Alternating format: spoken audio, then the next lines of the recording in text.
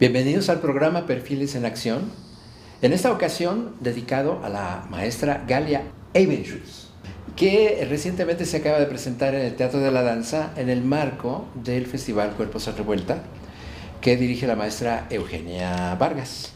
Y bueno, nosotros tuvimos oportunidad, pues dado que para eso es este programa, de ver esta propuesta que ella presentó, de la que vamos a hablar en la segunda parte del programa. Antes, pues bueno, vamos a empezar a conocer a nuestro perfil, quien, aparte de ser un artista visual, porque lo que ustedes vieron al principio se dieron cuenta que hay una propuesta performática interesante que va a concluir, y eso lo vamos a ver en el momento en que presentemos otro fragmento de esta obra, con una relación muy especial con el dibujo. Tenemos detrás nuestro un gran muro a manera de pizarrón, de gran pizarra, y que pues me imagino que aquí tienen lo que es, sí, ¿no? Y además un estudio en el que te puedes mover, porque bueno, tú también vienes de la danza. Platícanos de ese origen. Bueno, siempre me gustó bailar y mi mamá nos metió a las tres hermanas a ballet clásico. Desde que tenía 6 años entré al ballet clásico y hice casi toda la carrera de la Royal Academy de Londres, en México, no en Londres, aquí. Pero no, escuelas de las tardes, no es que me hayan metido a la escuela de danza, Lelimba, ni nada de eso. Y a los 17 años me di cuenta que eso era muy castrante, que no estaba disfrutando, que me sentía gorda, que todo era tener que estar perfecta, y que además me cuestionaba mucho pues todo el mensaje que te daban desde el ballet clásico y toda esta clasificación como de la mujer bonita y perfecta y el hombre como un príncipe que te va a encontrar y todos estos juegos que son bonitos, pues, y ver ballet es hermoso, pero es fuerte también en esta época de la vida como seguir en eso, ¿no? Y mi cuerpo, pues, no tenía yo tantas aptitudes, mi hermana tenía muchas más, ¿no? Y entonces pues siempre era como la bailarina era mi hermana y yo pues ahí le echaba muchas ganas y era buena en la expresión, ¿no? Sobre todo me fui dando cuenta que las respuestas de la gente con mi danza era mucho como de la expresión, Okay. de algo como auténtico, que yo lo sentía medio intuitivo y como muy ligero en esa época, ¿no? Sí. Entonces dije, no, ya, danza, ballet clásico ya no, por favor, no quiero sufrir. Y me empecé a buscar clases de danza contemporánea. Entonces probé algunas clases en el Ballet Teatro del Espacio, fui también a las clases de Claudia Lavista en los talleres de la UNAM, estaban muy buenos esos talleres, también con Beto Pérez. En esa época había muy buenos talleres de danza en la UNAM. Bueno, no sé ahora porque ya no los tomo, pero seguramente también, pero me gustaron mucho ahí esos talleres. Y cuando había que decidir qué estudiar, o sea, qué carrera estudiar, que era por esas fechas, pues yo tenía muy claro que la que tenía aptitudes de bailarina era mi hermana y que yo era la que sabía dibujar, ¿no? Desde niña, igual que bailaba, desde niña dibujaba. Entonces me ponía a copiar todo lo que veía y lo dibujaba y me gustaba mucho también, ¿no? Entonces dije, bueno, pues creo que yo lo que tengo que estudiar es artes visuales, porque me gusta mucho también. Pues como carrera estudié artes visuales. Okay. Y durante esa época, en artes visuales estaba como que la danza se veía como, qué horror, ¿no? No sé, o por lo menos con mi grupo de colegas y de amigos era así como danza, bailarines, bailarinas, ¿no? Entonces lo fui escondiendo un poco, mi parte de bailarina la fui escondiendo. Pero cada vez que alguien necesitaba un performer así de yo quiero ser performer, de lo que se te ocurra, pero yo quiero salir, yo quiero, ¿no? Entonces eso como que lo traté de mantener a mi manera. Pero dejé en un momento pues como que ya se estaban peleando mucho ir a los talleres de danza y hacer la carrera, entonces dejé de hacer danza y me deprimí bastante.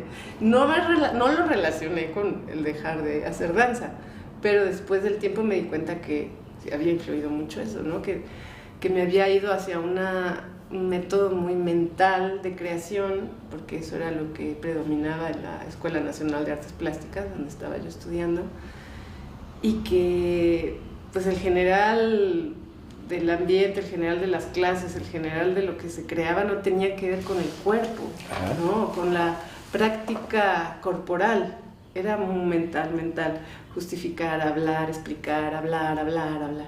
Y en donde conecté más o menos bastante estas dos pulsiones que siempre tuve de moverme, de bailar y dibujar, fue en una clase de dibujo que me daba un maestro que se llama José Miguel González Casanova. Y en ese taller, pues nos pedía de repente, párense, no estén sentados dibujando, párense, dibujen a la modelo, muévanse al dibujar a la modelo, y nos hacía como pensar al dibujar, pero también involucraba el cuerpo, ¿no? Okay. De repente eran diferentes dinámicas con los modelos, las modelos, y eso poco a poco me hizo conectar con esta otra parte que la estaba dejando afuera, ¿no? Del cuerpo, del movimiento. Y empecé a hacer como toda una investigación de qué era traducir ciertas sensaciones, ciertas ideas que las tenía cuando me movía a dibujar. O al revés, qué pasaba si ciertas nociones de dibujo, como el claroscuro, la degradación tonal, la línea, el volumen, lo llevaba al movimiento, ¿no? Okay. Y se me fue haciendo muy natural ir haciendo eso. Tú solita te encerrabas y empezabas a probar, ya no como un modelo, sino contigo. Exacto. Exacto. Y de repente, pues como que me fue gustando y me tomó mucho tiempo. La verdad me tomó muchos años en encontrar realmente, bueno, en hacerme un cuerpo de obra y decir, bueno, yo estoy en el límite entre danza y artes visuales, y que se me entendiera así, ¿no? Y se me aceptara. Porque pues toma tiempo cuando no está. Primero creía que era un conflicto, ¿no? Tengo que decidirme, tengo que ser bailarina, tengo que estar en danza o tengo que estar en artes visuales. Hasta que después de muchos años dije, no, justo ese conflicto es muy fuerte, ahí está. Ahí está la fortaleza. Exacto, ahí está. Okay. Y entonces fue que empecé ya a sacarle más provecho, a entenderlo mejor, a aclararlo y a expresarlo, proyectarlo mejor, ¿no? Me ayudó mucho, tomé, ya después de acabar la carrera de artes visuales, conocí a un amigo que estaba en una escuela en Ámsterdam, una escuela de performance, y cuando yo le enseñé mi trabajo, había hecho un solo performance en esa época, y me ve y me dice, Galia, pero me cuentas muy diferente tu performance que todo el resto de tu trabajo. Cuando me hablas de tu performance te emocionas y se te ve contenta, se te ve ahí, toda tú. Tú tienes que estar en mi escuela en Ámsterdam. Y entonces me ayudó, me recomendó a la escuela y apliqué, entré. Y entonces eso me ayudó, ¿no? Salí de la Ciudad de México y estuve fuera y como que también en un contexto más escénico. Sí era como un espacio para diferentes disciplinas del arte en general, pero enfocado en performance o en artes escénicas. Entonces eso me ayudó. Claro. Y como parte del programa de esa escuela, fuimos a Senegal. Senegal. A una escuela que se llama Escuela de Arena, de École des Arts. Escuela de Arena de Germaine Acogny, que es una bailarina, coreógrafa africana de Senegal, que estudió con... ¿cómo se llama este? Un francés de ballet. Bueno, se me fue ahorita el nombre. El famoso coreógrafo francés, no. Pero sí, no contemporáneo, sino... no sé. Se me fue el nombre. Okay. Pero bueno, tiene una escuela increíble en Senegal, en donde va seleccionando a bailarines jóvenes de diferentes partes de África y se los lleva a la escuela y los entrena, les da talleres. Y nosotros, como esta escuela de Holanda, fuimos y trabajamos con éramos nosotros 12 y fueron 12 bailarines de diferentes partes de África. Wow. No, fue una experiencia increíble. Y ahí sí fue como el parteaguas, ahí sí dije, no, pues yo tengo que seguir bailando, ¿qué estoy haciendo? ¿Por qué dejé de bailar? Claro. Y pues obviamente pues ya era de bailar desde otro lugar, ¿no? Porque yo no había tenido ese entrenamiento realmente, o sea, sí, del ballet, pero no tenía un lenguaje o una técnica específica. Y también por lo mismo que me atraían otras cosas del arte, pues no aguantaba estar ensayando 8 horas diarias ni cosas esas, ¿no? Ajá.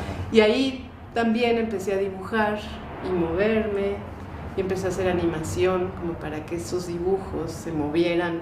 Ajá, ok. Y empecé a fijarme que en la naturaleza y en las transformaciones de la naturaleza. Y pues así, poco a poco, fui acumulando experiencias. Y eso realmente creo que ahora lo entiendo, pues te llevó incluso a que fueras invitada como una institución tan prestigiada como lo fue CEPRODAG en su primera época, donde tuviste ese taller en el que involucraste a bailarines del CEPRODAG. ¿Cómo se llamó el proyecto? Laboratorio de dibujo y movimiento. Dibujo y movimiento. Estaremos viendo algunas escenas de este proceso y que marca mucho de eso. O sea, tú, a la hora de transmitir esto, ¿cómo te fue? No, me fue increíble. La verdad me encantó, porque, bueno, era un lujo tener durante 2 meses y medio, 4 horas diarias, a un equipo de bailarines profesionales a tu disposición y que además estaban encantados, ¿no? Entonces yo les ponía un ejercicio y con ellos crecía muchísimo porque me proponían, empezaban a preguntarse cosas a partir del ejercicio, entonces entre todos buscábamos, entonces profundizábamos muchísimo en cada ejercicio. Y luego yo los veía y decía, ¡ah, es que esto es un performance!, ¿no? Todavía tengo en cola varios performances de que salieron de ese laboratorio. Sí, y que tú culminó en el Exteresa.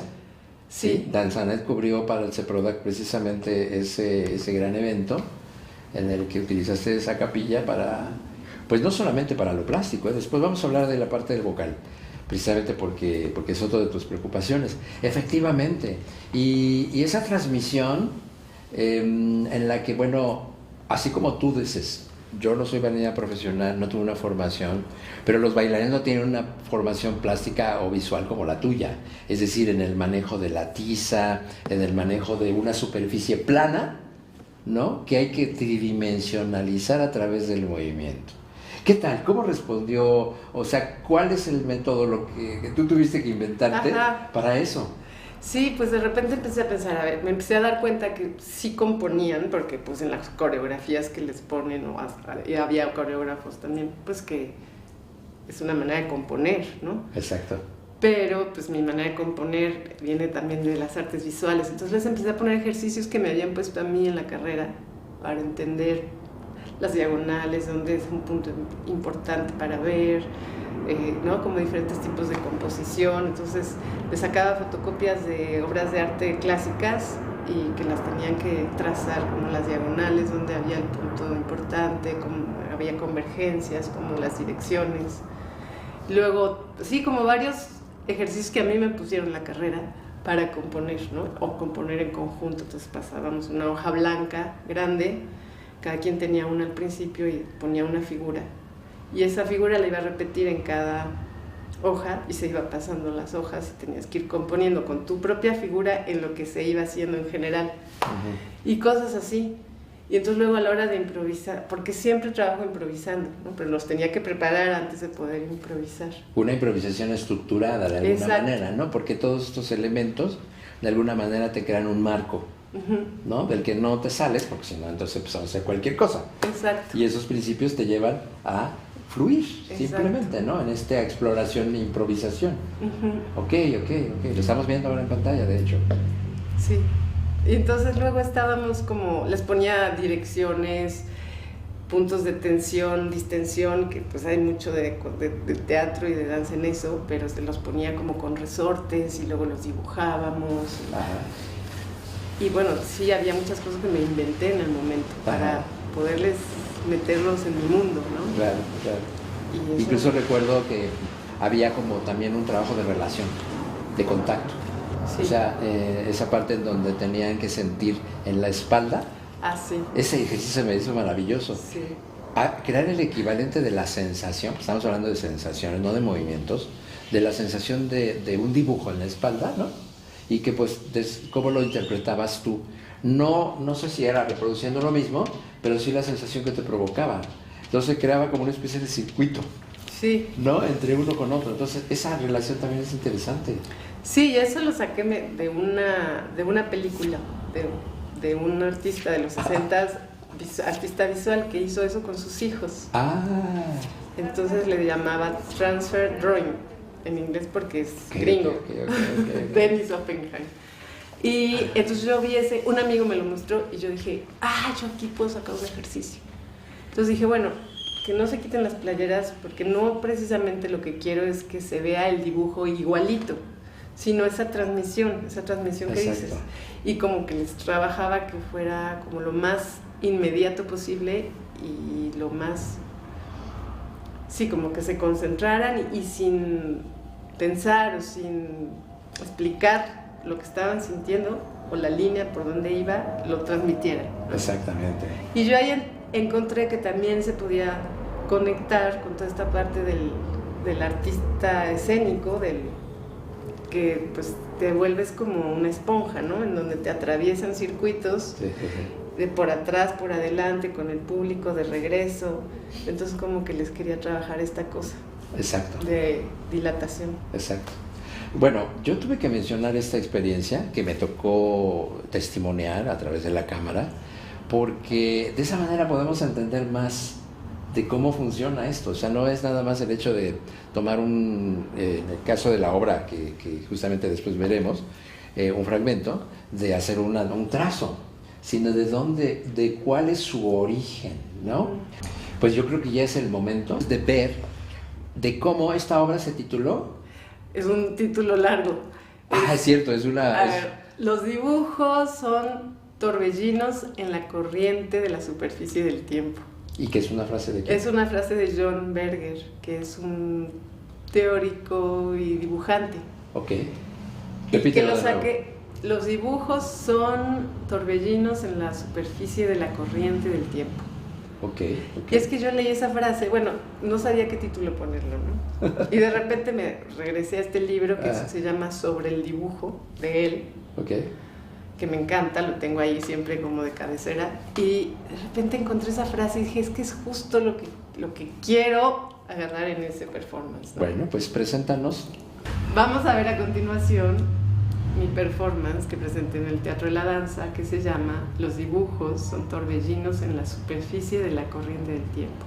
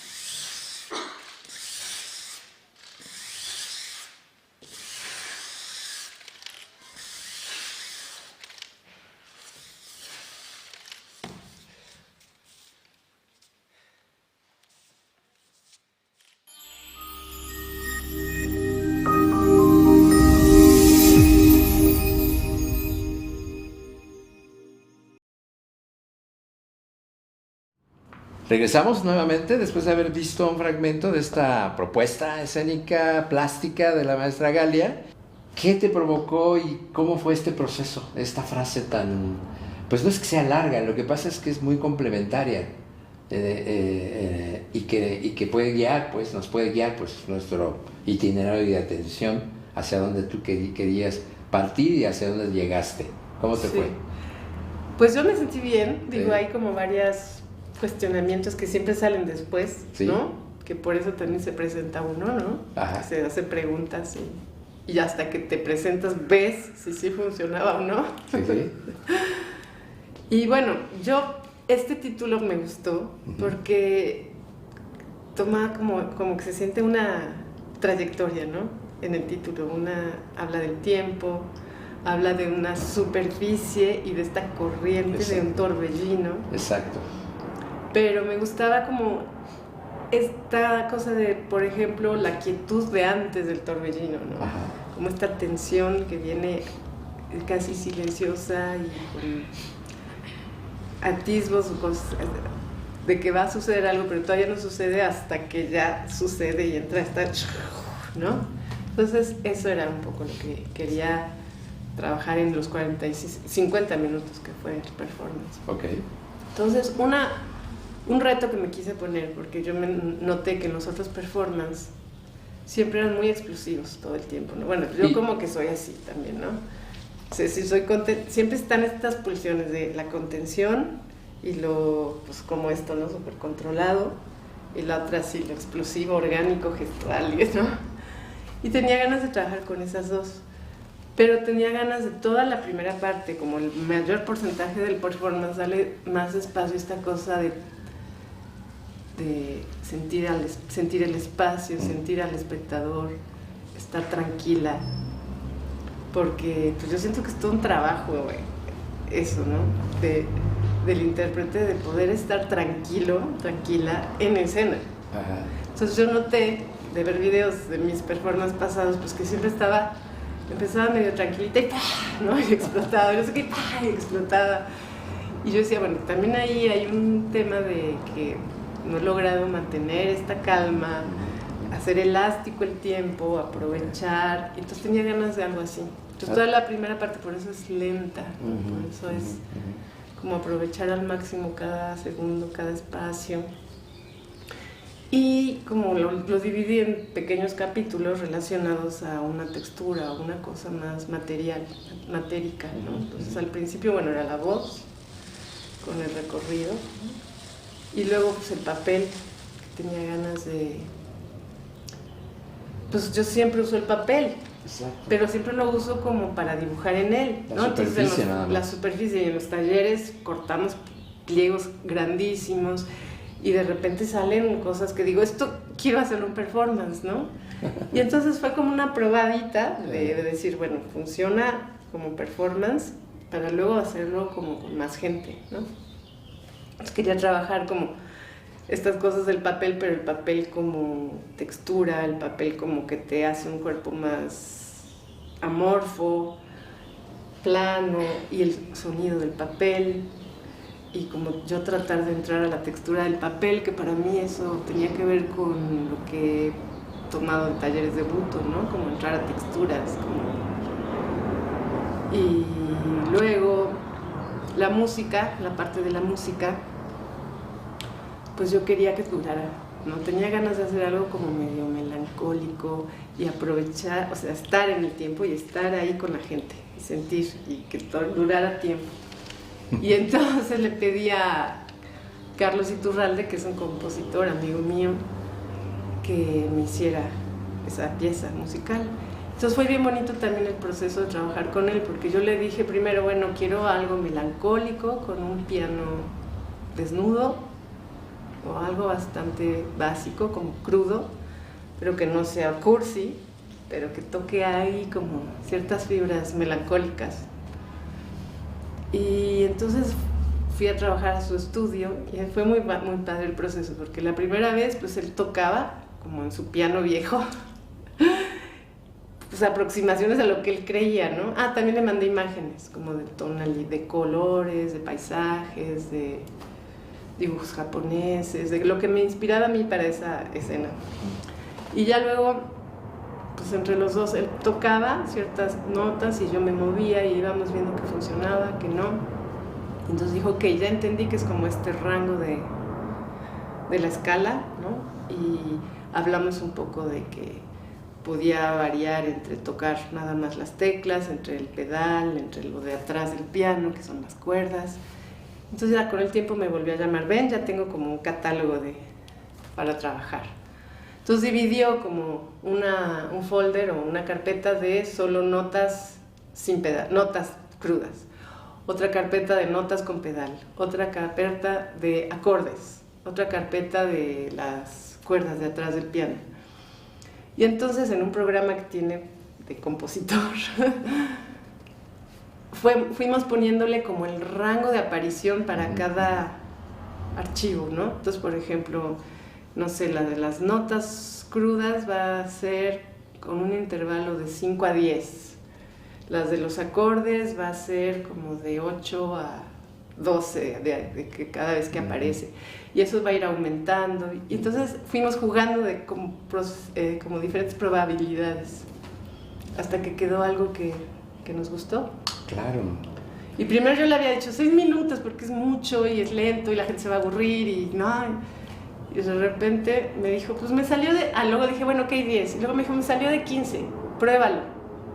Y lo probé y dije, que se quede de 15, lo siento, que sean 15 minutos. Ajá. Y por eso es así, largo, ¿no? Ok. Y bueno, y claro, después en esta última parte en la que tienes a tus dos colaboradores que te ayudan justamente a sostener ¿cómo le llamas tú? El bastidor. Bastidor, que después está ahí con el cual tú dialogas. Sí. Ahí es donde viene, ¿no? Está como la parte culminante de todo lo que estuvimos hablando al principio, de cómo integrar todo esto y después de toda esta contención y este camino que nos hiciste ir poco a poco en tu relación con el papel y toda esta parte, y llegamos a esa relación. ¿Ahí qué? Y ahí, fíjate que luego recibí varios comentarios como críticos a esa parte, ¿no? Okay. Creo que creó polémica eso, esa idea, bueno, esa propuesta. Bueno, ahí es una parte que yo manejo más, que ya he hecho, ¿no? Yo ya había hecho performance de pura improvisación con una chelista, con Natalia Pérez Torner. Entonces hacíamos un diálogo, ella tocaba el cello y yo me movía y bailaba. Me movía y dibujaba. Y estuvimos en un festival y entonces tuvimos como 5 oportunidades distintas de hacer el performance en diferentes estados. Y entonces pues era nada más llegar y ahí mi objetivo, el único objetivo era ser honesta con lo que estaba pasando, que me valiera el ridículo, que me valiera si estaba bien, si estaba mal, si estaba, no sé. Y nada más ser muy honesta y pues sí hacer un diálogo con la chelista. Entonces, pues como que yo tenía ganas con este performance, el del Teatro de la Danza, el que proyectamos hace poquito, ahorita, es pues juntar estas dos pulsiones, esta cosa controlada y del tiempo así elástico y con esta otra explosiva y gestual, que para mí también tiene que ver con el buto, esa parte, ¿no? Eso, qué bueno que lo tocas, porque ahí es donde quiero como establecer, ¿no? ¿Por qué hay en el Festival de Buto? Sí, dije, tengo que ser yo honesta con mi búsqueda, sí, ¿no? Porque yo no hago buto, pero he tomado talleres de buto y el buto me ha enseñado muchas cosas, ¿no? Entonces dije, voy a tomar lo que yo he aprendido del buto para llevarlo a lo mío. Y entonces, pues yo en los talleres que he tomado de buto entendí, por un lado, este trabajo con las texturas, este trabajo de transformación constante, ¿no? Y de que el cuerpo, el performer no es en sí una persona, sino como un medio transmisor, ¿no? Como una materia ahí viva de energía. Y como sin género, ¿no? Un poco, o es lo que yo he entendido, como que me quise ir a la esencia del buto, menos que a la técnica. Y también en los talleres que yo tomé, estaba toda esta otra parte que de repente había que romper, ¿no? Como que de repente había que romper con lo que ya se estaba entendiendo ahí en la propuesta, y esta cosa como explosiva, inmediata. Y también me gustó relacionarlo porque me gusta mucho el grupo Wutai, que también es de Japón, que es de artistas visuales, pero que estaban contemporáneos a los de Buto.